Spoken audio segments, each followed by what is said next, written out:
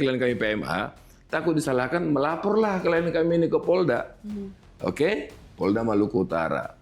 Lapor, berproses, Polda turun, dia lihat, oh iya ini mah penambangan, bukan buka jalan. Oke, dia buat polis lain. Oke. Dibuat polis lain. Setelah dibuat polis lain, berproses, ya kan? Setelah dibuat polis lain, tiba-tiba polisi yang melakukan polis lain ini dicopot. Semua penyidik-penyidiknya dikenain sanksi. Kalahan, tapi ternyata ketahuan mengambil atau menambang biji nikel yang katanya terbaik gitu kan. Itu yang membuat kerugian negara yang didata itu sampai 300 miliar rupiah. Kalau dikatakanlah si Awap sama si Marcel ini ngambil kayu yang ada di hutan ini, lah kapan mereka bikin bentuknya itu kayak kaso-kaso begitu di tengah hutan gitu loh, ngerti nggak? Nggak ada masuk akal. Dibuka jalan, bahkan sampai menggali ke dalam, ya 40 meter, 30 meter. Artinya apa? Ini mah illegal mining.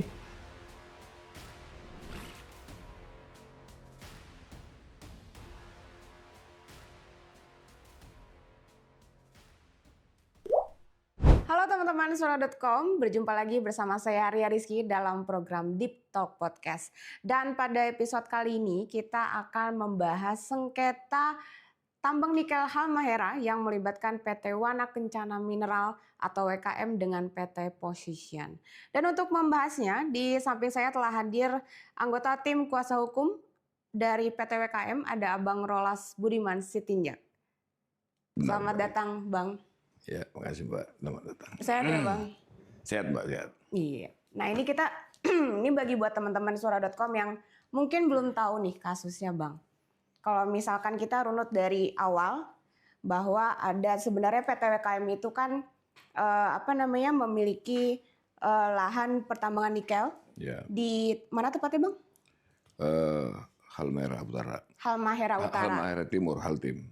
Di Halmahera Timur. Nah, kemudian di bulan Februari 2025 ini PT WKM dipanggil oleh DPRD untuk rapat dengar pendapat karena ada indikasi pencemaran lingkungan begitu. Ya, betul. Kemudian PT WKM hadir ke sana. Ya.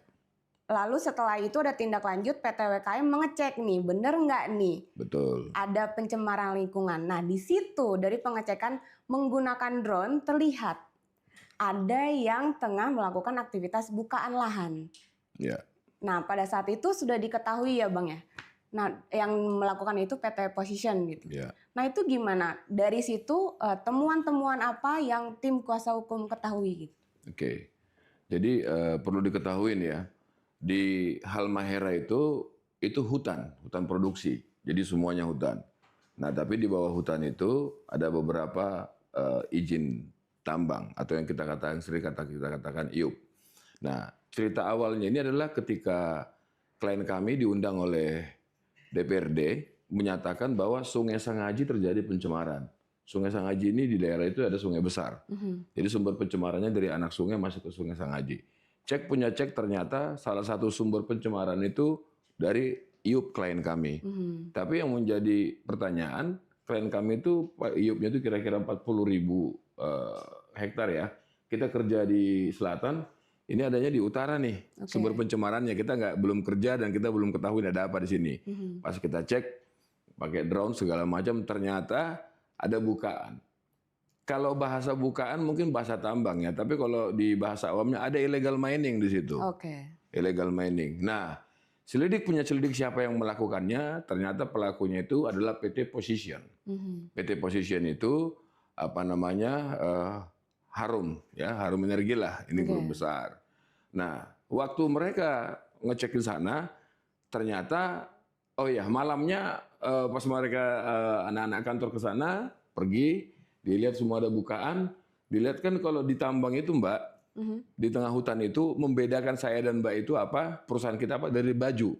Ketahuan nih, oh ini PT A, ini PT B, PT C, kira-kira begitu. Oh ini PT Position nih. Akhirnya orang-orang kepala tambang kita, orang-orang tambang sana, mainlah ke Position. Diskusilah mereka, rapatlah mereka. Kalian bukaan ya? Iya. Loh kenapa kamu buka nih? Kok kamu bukanya nggak izin-izin kami? Kan kamu tahu itu punya saya. Kok masuk ke lahan kami nggak assalamualaikum, nggak halo, nggak kira-kira begitu ya. Nah, diskusi, oke, malam itu disepakati ada 3 keputusan. Yang pertama, ternyata kami baru mengetahui PT Position melakukan itu karena ada kerjasama dengan PT WKS. Oke, WTWKS itu PT WKS. WKS ini adalah yang saya katakan hutan ini semua miliknya WKS. Oh, oke. Tapi di bawah hutan ini kan ada tambang. Nah, inilah milik perusahaan kami, ada Weda, ada macam-macam nih sepanjang apa namanya ini. Nah, ada perjanjian antara PT Position sama WKS. Karena inilah legal standing PT Position melakukan membuka jalan tersebut. Yang pertama, yang kedua disepakatin besok kita melakukan inspeksi nih. Ya kan? Kira-kira begitu. Pas sudah besoknya mau inspeksi, apa namanya kunjungan mendadak atau survei mendadak, ternyata pihak Position nggak datang.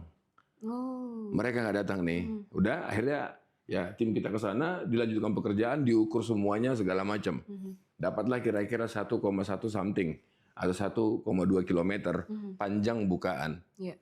Lebarnya itu kira-kira ada variatif, ada yang 80, ada yang 120, macam-macam ya. Terus kedalamannya ada kira-kira ada yang 30, ada yang 40, ada yang 10, ada yang 15 sesuai dengan kontur tanah. Perlu diingat di semua yang dilewatin dia ini 1 kilometer ini adalah ore. Ore itu apa ya? Ini adalah nikel terbaik. Iya. Kira-kira begitu. Kan? Ini apa namanya material nikel terbaik. Nah, setelah itu gara-gara tidak ada kepastian dari Position, klien kami rapat di kantor. Okay. Rapat di kantor, mereka berpikir begini, negara kan sudah kasih IUP sama mereka. Nanti kalau orang SDM lihat atau orang kehutanan lihat, loh di IUP-nya kamu hutannya kok jadi gundul, kok jadi ada penggalian, kok jadi ada pertambangan di situ, kok kamu nggak lapor? Takut disalahkan klien kami, apalagi klien kami PMA, takut disalahkan, melaporlah klien kami ini ke Polda. Oke, Polda Maluku Utara.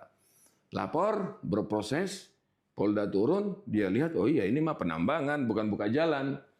Oke, dia buat polis lain. Oke. Dia buat polis lain. Setelah dibuat polis lain, berproses, ya kan? Setelah dibuat polis lain, tiba-tiba polisi yang melakukan polis lain ini dicopot. Semua penyidik-penyidiknya dikenain sanksi. Akibat laporan PT Position ke Mabes Polri. Jelas ya? Jadi kan kami melaporkan ke polisi setempat. Yang ngapain lapor ke Mabes Polri kan jauh.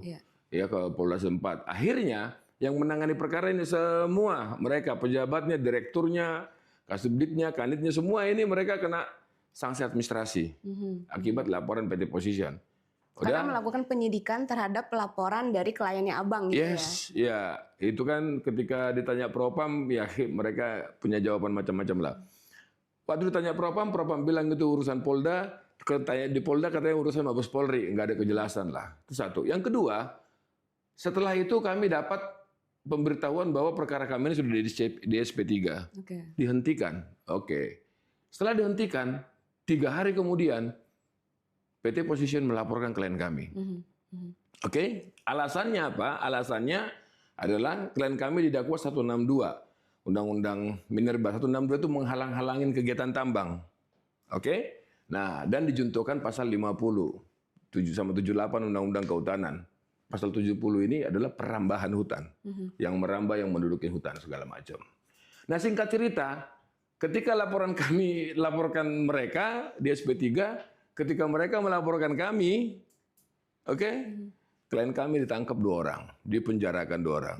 Sebelum jauh ke ada tersangka di situ, sebenarnya belum terang nih. PT Position ini kan disebut-sebut membuka lahan, hanya membuka lahan, tapi ternyata ketahuan mengambil atau menambang biji nikel yang katanya terbaik gitu kan.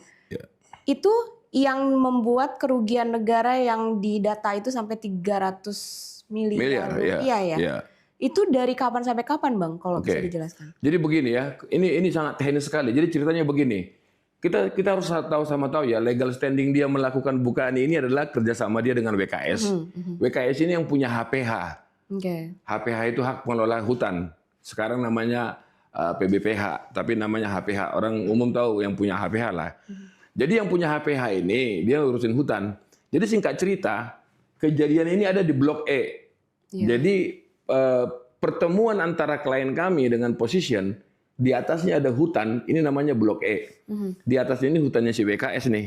Ini punya position, ini punya kami. Di sini ada hutannya WKS. Kenapa position kerja sama WKS? Supaya dia bisa pakai hutannya kira-kira begitu. Tapi perlu diingat, mereka ini masuk ke tempat kami itu sekitar bulan Juli, Agustus 2024. Oke? 2024 masuk ke Blok E. Dia sudah nerobos masuk ke tempat kami. Tetapi berdasarkan dokumen bukti yang kami punya, harusnya WKS ini dia ini belum bisa kerja di sini. WKS ini masih kerja di blok yang lain. Karena kalau dalam ilmu kehutanan itu, kalau saya punya HPH, saya punya 10.000 hektar HPH, saya kalau mau ambil hasil hutannya harus izin dulu nih. Ya kan? Saya buat perencanaan segala macam. Bu Menteri, ini nih yang kami mau tebang nih. Oh, berarti Pak Rolas nebangnya di mana nih tahun 2024? Di Blok L, misalnya lah. Belum ke Blok E ya, baru ke Blok L. Tetapi 2024, bukannya ini yang saya kerjain, malah saya bikin perjanjian sama si position, sampailah dia masuk ke wilayah kami. Ini melanggar loh Mbak. Tidak ada dasar hukumnya. Ya, ini cacat hukum. Kok dia sudah keluar? Itu bukan zonanya dia. Ngerti ya? Itu bukan zonanya dia. Dan dia tidak punya dasar untuk melakukan kerjasama kepada siapapun. Itu satu. Yang kedua, yang diperjanjikan itu adalah mengenai upgrading. Ya, apa namanya upgrading jalan kira-kira gitu. Yang sudah existing. Jadi yang bisa dikerjakan itu jalan hutan. Mau kerjasama mereka buat jalan hutan sama jalan tambang mau disatuin kira-kira begitu. Ini saya sederhanakan bahasanya. Jadi tapi syaratnya ini yang existing. Faktanya ke tempat kami itu masih virgin forest. Tidak ada jalan, Mbak. Itu hutan perawan. Benar-benar hutan, nggak ada jalan. Mereka buka hutan, buka jalan. Nah, cilakanya lagi, mereka itu ngebuka jalan itu, ya. Nanti saya kirim videonya kalau teman-teman butuh. Dan di pengadilan juga saya sudah buka itu. Cilakanya lagi mereka itu buka jalan, lebarnya itu melanggar lagi nih. Menurut peraturan kehutanan, ya lebar jalan koridor itu 40 meter. Tebangan terluar atau paling luas dibuka 40 meter kira-kira itu. Faktanya 100 meter, 120 meter, 80 meter dibuka jalan. Bahkan sampai menggali ke dalam. Ya, 40 meter, 30 meter. Artinya apa? Ini mah illegal mining. Lah kalau orang buka jalan apalagi di hutan, ngapain sampai nguruk, Mbak? Itu kan nguruk ini biayanya besar. Lah buka jalan di hutan ya tinggal dikikis-kikis aja di jalannya. Kan hutan keras itu.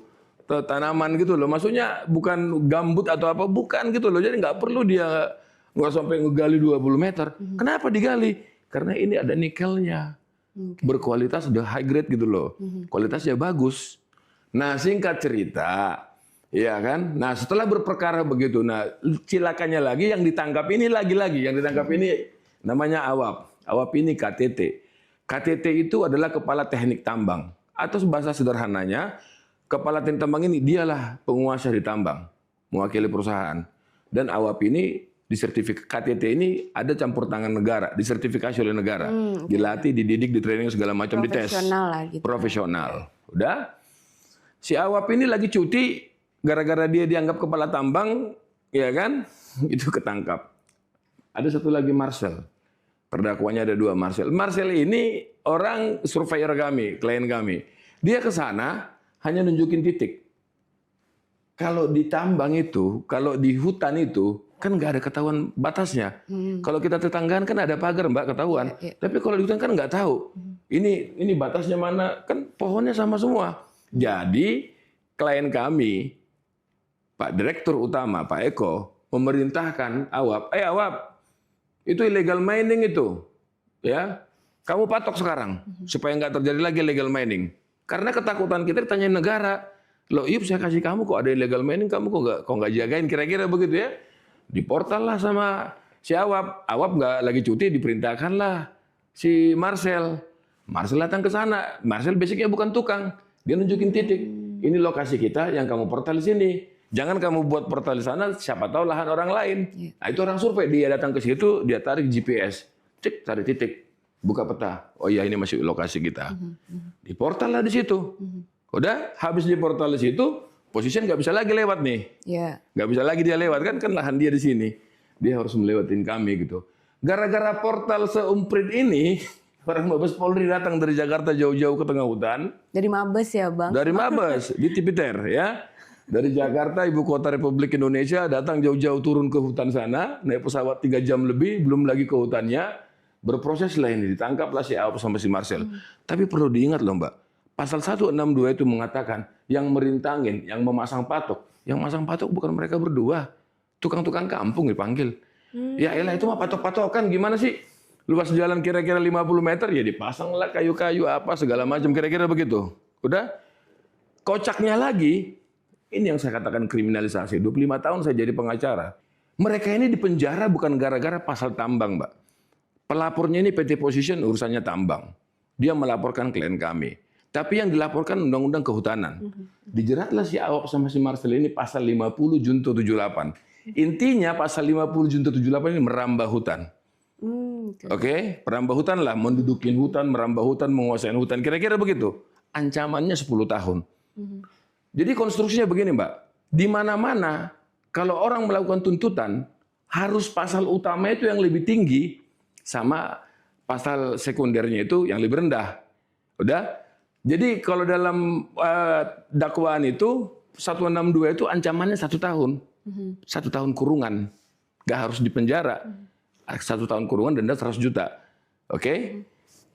Inilah dibuat pasal pertamanya, tapi untuk memenjarakan 2 orang ini dipaksalah pasal 50 sama pasal 78 ini. Gara-gara ancamannya 10 tahun. Katanya mereka berdua ini merambah hutan, yang dirambah apa? Loh jalan sudah kebuka begitu pleng. Apa yang dirambah? Mereka mau bikin apa? Kira-kira begitu ya. Mendudukin hutan gitu loh. Gara-gara ada pelang ini dikatakan mendudukin apa? Kepala tambang ini wajib menjaga iupnya. Kira-kira begitu. Tapi itu yang jadi barang bukti katanya di persidangan justru nggak kuat nih gimana? Jadi barang buktinya lucu lagi tuh. Ini memang kalau jadi di istilah filosofi hukum kami Mbak ya. Kita puluhan tahun di dunia hukum. Ada sebuah pemeo masyarakat begini. Sebenarnya kebenaran itu nggak perlu dibela. Kebenaran itu bisa membela diri sendiri. Faktanya apa? Coba. Disitalah kayu. Ya, kayu ini sudah bentuk kaso, Mbak. Oke, udah bentuk kaso nih. Ini pikiran konyol-konyolan aja udah bentuk kaso. Kalau dikatakanlah si Aop sama si Marcel ini ngambil kayu yang ada di hutan ini, lah kapan mereka bikin bentuknya itu kayak kaso-kaso begitu di tengah hutan gitu loh. Ngerti nggak? Nggak ada masuk akal. Dan yang kedua, barang bukti ini disita bukan dari klien kami lagi. Ya kan dari pelapor lagi. Ini mah melanggar semua-semuanya. Iya kan? Yang kocaknya itu harusnya bukan teman-teman dari Polda Maluku Utara yang harus diperiksa pihak Propam. Harusnya teman-teman itu juga diperiksa semua. Kenapa? Karena loh, Mas, Mbak, ini apa sih perkara ini? Patok, udah begitu Mabes Polri yang turun. Modalnya apa sih ini sih? Iya kan? Sudah seperti ada kejadian yang luar biasa yang mengganggu, mengguncang perekonomian nasional segala macam dan lain-lain gitu loh. Ya sedih lah perkara inilah kalau menurut kami. Jadi barang buktinya itu dibawa sama pelapor? Barang buktinya bukan itu ditemukan sama polisi di TKP begitu? Polisi datang sudah kebuka Mbak. Oh, oke. Jadi sudah akhirnya nih ceritanya nih, dipasanglah patok. Itu mau lebaran tuh, dipasanglah patok. Tiba-tiba klien kami ditelepon sama Kapolda. Kapolda Maluku Utara. Telepon. Dia telepon klien kami. Bahasanya kira-kira gini, Pak udahlah Pak, bukalah patoknya. Nanti Bapak sama Position kita temuin, kita mau damai. Bapak berdua kita damaikan. Klien kami spontan bilang apa? Kami mau damai. Yuk mau damai. Dan kami nggak mau nuntut apa-apa. Yang kami katakan cuma bilang, orang yang sudah kamu ambil, pertanggungjawabkan ke negara. Hutan yang sudah kamu gundulin, pertanggungjawabkan ke negara. Karena sepanjang di atas lahan kami harus mempertanggungjawabkan itu. Gara-gara kamu pelakunya, udah you bayar. You nggak usah bayar apa-apa sama saya, kira-kira begitu. Di dunia tambang, Mbak. Walaupun Mbak itu nggak penambang kayak WKS, ini iuran dia untuk buka jalan itu besar loh. Berapa Bang kalau? Wah itu mah besar banget lah ya. Pokoknya besar banget, tanya sama si WKS lah kira-kira begitu. Nah cuman memang ketika itu sudah dibuka, ya kan, dibikin laporannya. Terus polisi sitanya apa? Ya kayu-kayu yang berserakan di pinggir jalan itu yang diambilin. Jadi polisi datang udah lempeng ini semua, udah nggak ada masalah. Udah lewat mereka, udah bolak-balik. Udah bolak-balik, udah lewat gitu loh. Itu kira-kira. Jadi Terlalu banyak persoalan yang penting kok, persoalan yang nggak penting kok jadi penting. Jadi ini sidangnya sebenarnya yang berjalan itu soal dugaan kriminalisasi terhadap Awap dan warga Marcel. sipil. Itu baru 2. Selain itu di samping itu ada 11 warga adat di sana juga yang hari ini divonis ya Bang. Ya, hari ini diputus vonisnya. Iya, jadi mereka dilaporkan, mungkin bisa dijelaskan Bang secara singkat awalnya kenapa 11 warga adat ini sampai akhirnya ditersangkakan dan akhirnya divonis bersalah. Ya, jadi itu juga lucu-lucu juga tuh. Ini saya mengikuti dari media. Dari media dan dari teman-teman kuasa hukumnya kawan-kawan yang sana. Jadi ceritanya itu kan sederhana. Ini masyarakat lokal, ya kan mereka demo lah. Iya kan, yang di demo ini semuanya, termasuk WKM juga di demo, position di demo, semualah di demo, kira-kira begitu.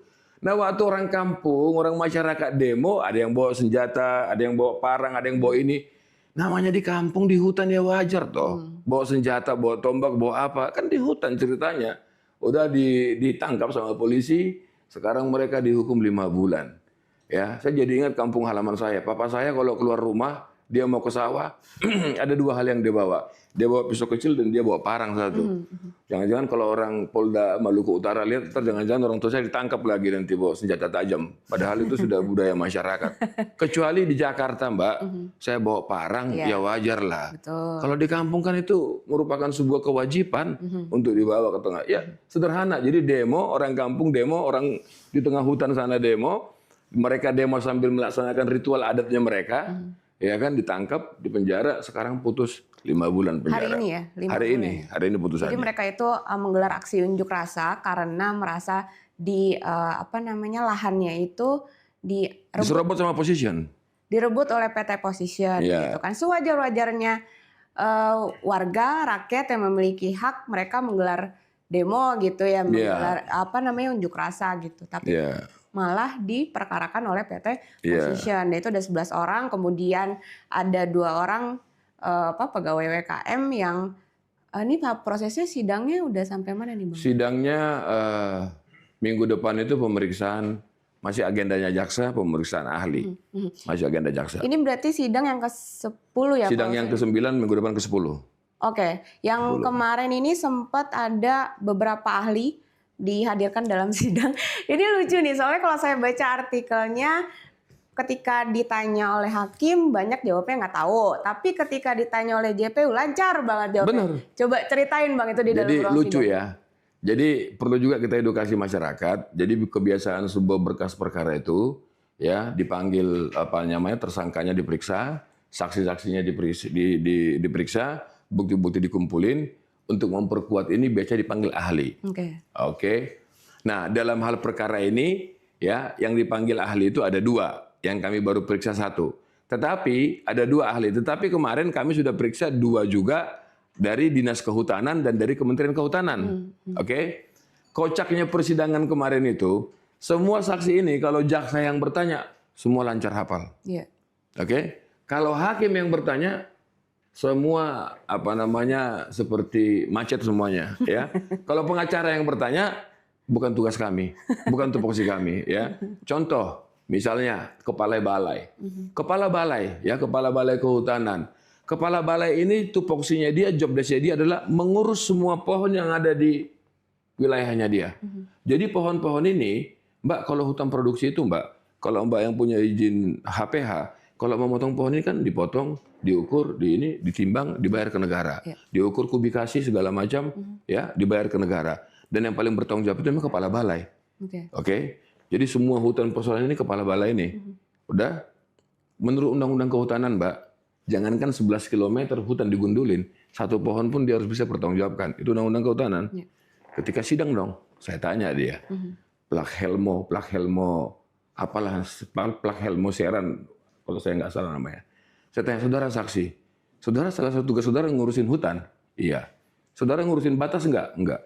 Ngurusin flora dan faunanya enggak, itu ada urusan yang lain. Oke, berarti hutannya aja ya? Iya. Pertanyaan kami 1. Ini kan 11 km nih. Terjadi bukaan jalan, berarti 11 km buka jalan. Saya bicara di klien saya. Klien saya 1,2 km, lebaran segala macam, saya hitung kira-kira 8 hektar, panjangan segala macam. Pertanyaan saya 1, kayunya sudah dibayar belum ke negara? Nggak tahu. Oke. Kejadian 2024 saya bertanya 2025. Sudah dibayar belum? Nggak tahu. Oke, thank you. Yang kedua, kayu-kayunya dipertanggungjawabkan nggak? Nggak tahu. Oke. Terus yang ketiga, waktu mereka mau nebang ini lapor dulu nggak? Ini yang mau kami tebang, ini rencananya begini, begitu nggak sesuai regulasi? Sesuai regulasi iya. Tapi mereka ada perencanaan nggak? Nggak tahu. Terus saya bilang, Bapak ngapain di sini gitu loh? Masih magang kali Bang itu? Wah udah Oh, ya. kepala loh, eselon 3 pejabat. Tapi kalau jasa yang tanya, semua dia tahu. Tempatnya dia tahu. Oh itu tempatnya begini. Oke saya tungguin. Giliran saya, tadi Bapak katakan Bapak tahu tempatnya. Tahu mana persis persimpangan segala macam. Iya. Pertanyaan saya satu, sudah ke lapangan belum? Belum. Loh kok tadi Pak Jaksa nanya kok udah tahu? Iya saya diceritain. Ya yang mulia tolong catat ini ya kira-kira begitu. Tapi kalau misalnya dari point of view-nya kuasa hukum nih ya, kan kita bukan kuasa hukum nih. Ngeliat ahli bertindak atau bersikap seperti itu di sebuah ruangan sidang, yang kayak gitu tuh bisa disuspek gak sih sebagai terafiliasi dengan pihak lawannya Abang gitu? Ya, jadi begini Mbak ya.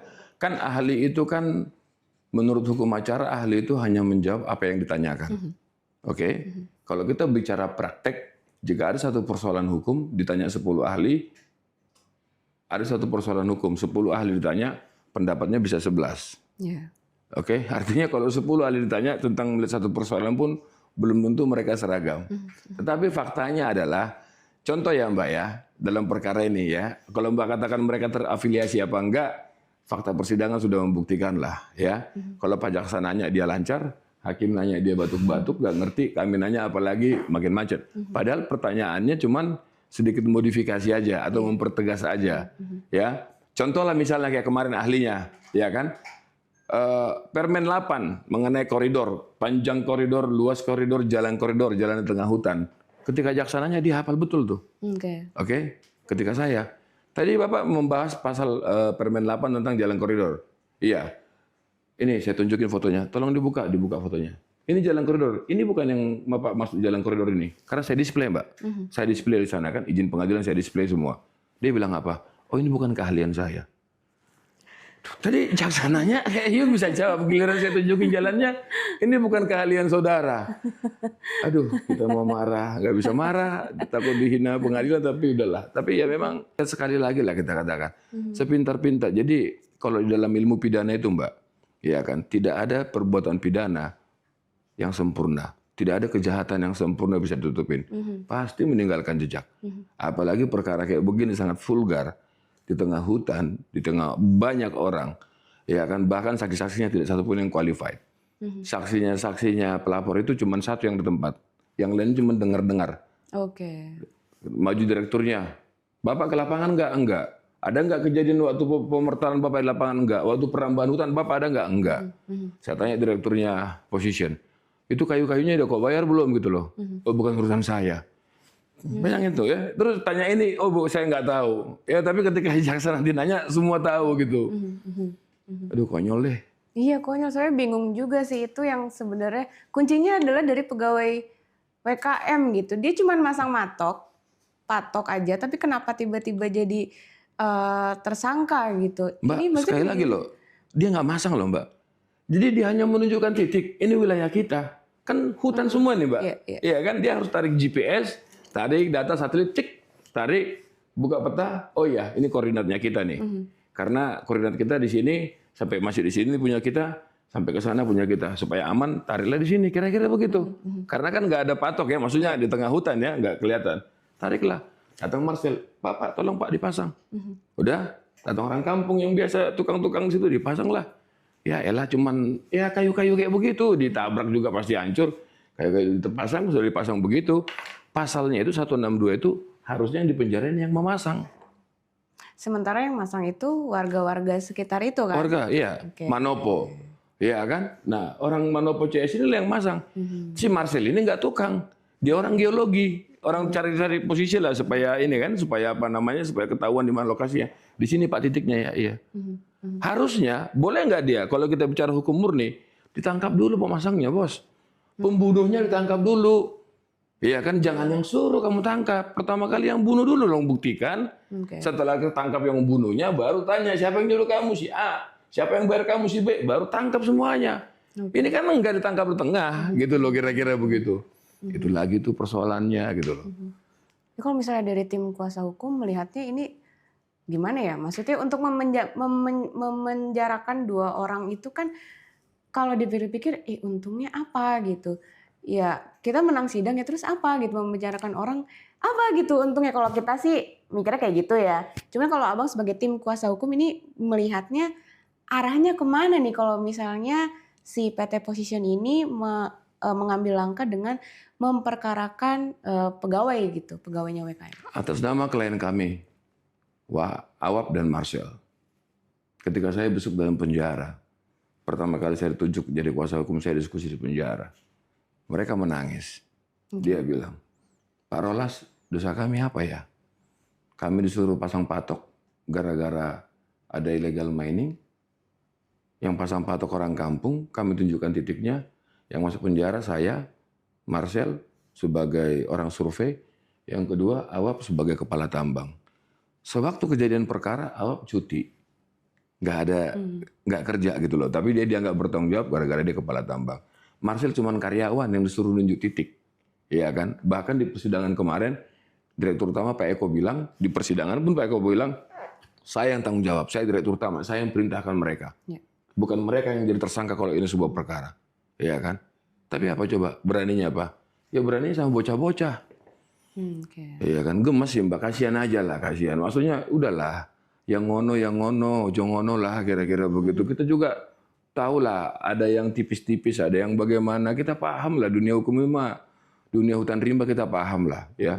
Tapi jangan segitunya lah. Jangan zolimnya jangan begitu banget lah. Kenapa beraninya sama cuman bocah berdua ini? Sama yang lain dong, sama bos-bos yang lain dong. Berani nggak? Berani nggak nangkap jenderal? Jenderal Kopassus berani nggak tangkap dia? Yang mana nih Bang? Pak Eko, Letnan Jenderal Purnawirawan Kopassus, mantan seskonya Pak LBP. Iya kan? Berani nggak? Ini kan kasih perintah kan dia. Sama kayak Mbak nih, kita wawancara Mbak disuruh bos Mbak di sini wawancarin saya. Tiba-tiba ada yang slip tang segala macam. Sementara yang slip tang adalah narasi dari bos. Kok jadi Mbak yang ditangkap? Tangkap dong bosnya. Jangan kamu dong yang ditangkap. Kan kasihan. Pekerja kan itu dilindungi hukum. Kalau dia bekerja melaksanakan tugas, tidak ada hukum satupun yang bisa melarang itu. Kecuali tugas yang nggak benar. Kalau tugasnya nggak benar, yes, nggak perlu perdebatan. Tapi kalau tugas rutinitas di kantor, kok jadi salah? Awap tugasnya dia, Marcel tugasnya dia emang tukang tarik GPS. Supaya truknya nggak lari kemana-mana, supaya alat berat lari kemana-mana, nggak lari ke hutannya orang lain, tarik GPS. Jangan lewat situ. Tugasnya dia, masa ketangkap sih? Ya kan, si Awap dari kampung sana, sekolah jauh-jauh dari Jogja. Ya kan, dia baru punya baby 4 bulan. Istrinya datang nangis segala macam, kita kasihan melihatnya. Dari jauh Jogja segala macam jagain hutan di Halmahera Timur. Lagi cuti diam-diam tiba-tiba ditangkap polisi. Di mana keadilan itu? Iya kan, berani nggak sama orang besar? Jangan sama bocah berani. Gemas kita gitu loh. Iya kan, jadi udahlah. Tapi kemarin Pak Oce Kaligis kan sempat bilang bahwa sebenarnya kalau misalnya dari keterangan ahli dan juga sikap-sikap ahli selama sidang kan itu sudah memperlihatkan bagaimana kebenaran yang terjadi gitu. Apakah dari tim kuasa hukumnya WKM ini optimis pada akhirnya nanti Awam dan juga temannya itu akhirnya bisa divonis bebas gitu? Ibaratnya bertinju Mbak, kita sudah menjalani 9 ronde pertarungan. Iya kan? Nggak usah punya wasit tinju dia atau juri tinju. Masyarakat awam juga ngelihat di lapangan itu, di ring tinju itu, siapa yang babak belur, siapa yang KO, siapa yang jatuh bolak-balik. Ya kan? 9 ronde, begitu 9 kali mereka. Apakah kami hebat? Bukan gara-gara hebatnya kami Mbak. Karena emang ini bohong semua isinya gitu loh. Yang kita bongkar cuma kebohongan, ini bukan gara-gara kehebatan kami. Menurut saya ini, sumpah ya, ini persidangan yang paling kocak, yang paling lucu, yang paling sedih, yang paling aneh yang pernah saya jalanin selama saya hampir 25 tahun jadi pengacara. Kocak banget deh gitu loh. Ya klien saya tukang beca ada, supir Metro Mini, supir Mayasari ada, presiden juga pernah klien saya, bisa dicari. Ya perkara internasional juga banyak, perkara-perkara fenomenal juga banyak. Bahkan waktu saya jadi pengacaranya Ahok yang sudah mendunia nggak sebusuk ini juga gitu loh. Tapi udahlah, udah terlalu sering, udah ratusan mungkin perkara yang kita tangani selama sidang segala macam. Ini yang paling konyol. Kenapa sih disebut yang paling busuk, yang paling konyol itu? Kan kasusnya Ahok juga konyol juga kan itu? Iya betul nggak? Artinya gini loh Mbak. Ini si Marcel. Coba deh kalau Mbak jadi Marcel. Tugasnya Marcel apa sih? Tukang tarik GPS. Kenapa tarik GPS sih? Ini di tengah hutan, bos. Iya. Kita nggak tahu ini hutannya siapa. Kan pohonnya semua sama deh. Itu tugasnya Marcel gitu. Besok kerja di mana tuh? Alat berat, doser kerja di mana? Kerja di sini. Sebentar, jangan kerja dulu. Cek. Oh ya, ini batasnya jangan lewat sini. Besok masuk penjara. Kejam nggak? Si Awap dari Jogja, sekolah, tambang setengah mati, ujian setengah mati, semua kerja baik, kerja benar. Padahal menurut peraturan tambang, Mbak. Tanya di dunia tambang ini regulasi. Kalau Mbak kepala KTT, kepala tambang bersebelahan dengan saya, kalau saya mau masuk wilayahmu, saya wajib lapor. Okay. Mbak, aku lewat ya. Ngapain Bang? Gini. Oke, baru saya bisa lewat. Demikian juga Mbak. Apapun urusanmu, kalau kau masuk wilayah saya harus izin. Okay. Bahkan kalau kepala KTT ini bos tambang lah.